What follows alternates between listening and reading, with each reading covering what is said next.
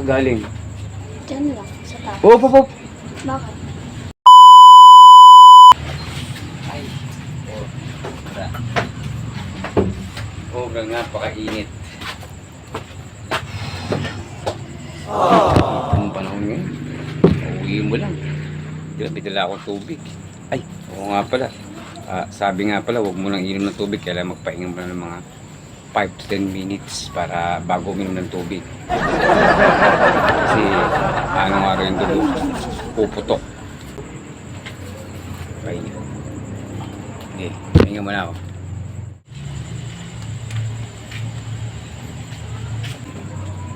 Galing.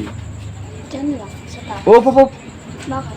Huwag ka mo lang iinom. Bakit na? Eh, di ba galing ka sa labuyan?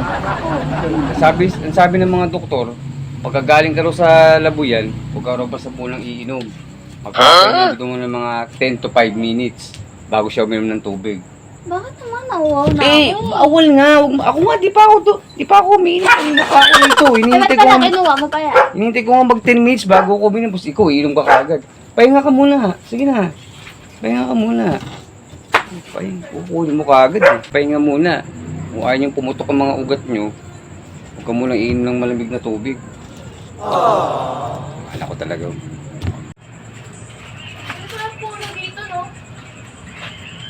Ang puno. Oh, saan ka galing? Op!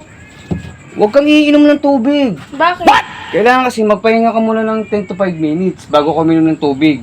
Kasi, yung mga ugat ko, ayaw pumutok ang ugat mo. Kailangan magpahinga ka muna ng 10 to 5 minutes. Kasi sabi ng doktor yun ngayon, kasi sobrang init ng panahon, aabot siya ng 40 Celsius sa init. Kaya, kailangan magpahinga muna. Pahinga ka muna. Walaan mo kung ano sabi sa'yo natin. Huwag iinom ko. Sige na, iinom ko. At least 10 to 15 minutes daw bago ka uminom. Kasi dati kung ano talaga sabi mo. Hindi naman tayo galing sa initan.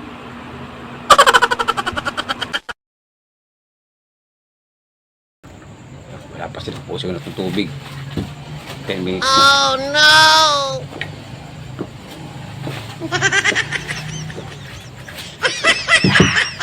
Sa talaga ng tubig, pag mainit itong panahon. Sobrang init sa talaga ng tubig. Asa na yung tubig? Ha? Asa na yung tubig? Inubos ko na. Ba't ba inubos? O, di ba sabi ko sa inyo, 10 to 5 minutes lang, ang pahinga nyo? Eh, 15 minutes na nakalipas, sa kay darating. Inubos ko na. Ano ba naman yan? O, kuha ka na lang dun. Di ba? Ano ko palang kumuha eh.